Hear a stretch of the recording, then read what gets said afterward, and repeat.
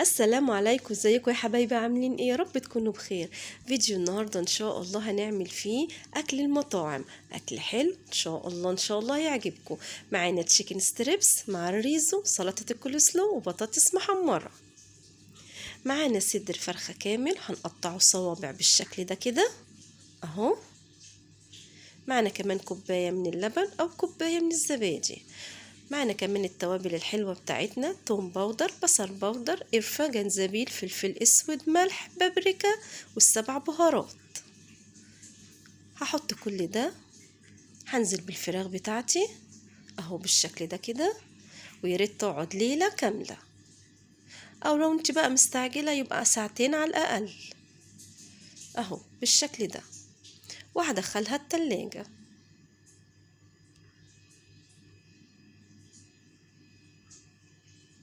هبدأ اعمل بقى في السلطة.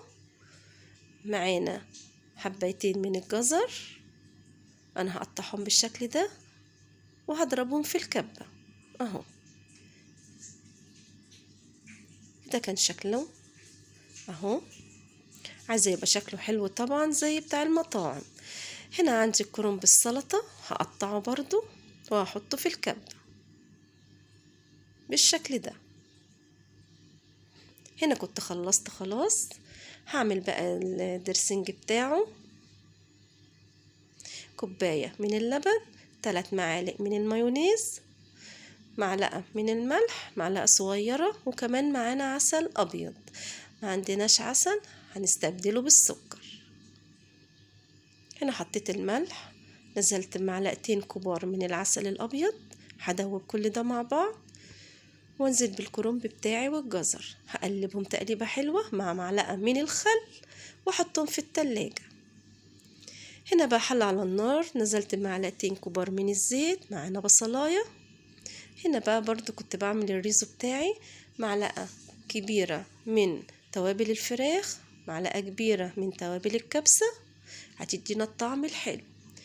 هنا بقى يا حبايبي طبعا هنحط بقى ايه: صويا صوص، باربيكيو، كاتشب. طب انا ما عنديش كل ده، هحط معلقة كبيرة من الصلصة مع معلقتين كبار من العسل الاسود، هيدونا طعم نفس الطعم بالظبط واحسن.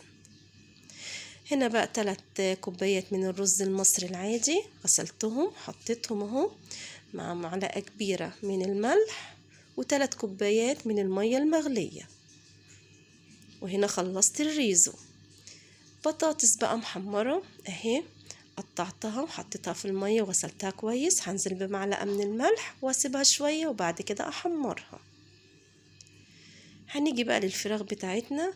هنا كوبايتين من الدقيق، طبعا انا بهرت الدقيق بتاعي ونزلت بالفراخ اهو بالشكل ده كده، واقعد اقلب فيها كده عشان تدينا التعريجة الحلوة دي اهو. شايفين؟ كل ما تقلبي فيها كل ما تديك الشكل الحلو ده اهو. هعمل معاكم واحدة تانية كمان اهو بالشكل ده كده. هحطها في الدقيق، طريقة سهلة وبسيطة، غير الدقيق والبقسماط والبيض، دي احسن واوفر كمان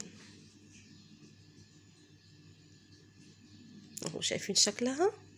هعمل بقى الكمية كلها عشان احمرها. هنا بقى كنت خلاص بقى نزلت بالزيت. هنا كنت بعلي النار، حطيتهم وبعد كده وطيت النار، نار متوسطة، عشان طبعا ايه تستوى، متبقاش تاخد لون الكفر بتاعي كده من بره، تبقى نية من جوه اهو بالشكل ده كده. اقلبها بقى. هنا كانت لسه برضو انا بوريكم اهو، قلبتها الناحية التانية، وده كان شكلها لما خلصنا. شايفين بقى شكلها وشايفين القرمشة بتاعتها الحلوة؟ والله ريحتها ولا اروع، وطعمها كمان. يلا قومي بقى تشجعي واعملي الاكل في البيت لاولادك بكل حب وبكل نظافة، ان شاء الله هيعجبهم. هنا كنا خلاص طلعنا بقى السلطة وكمان حمرنا البطاطس.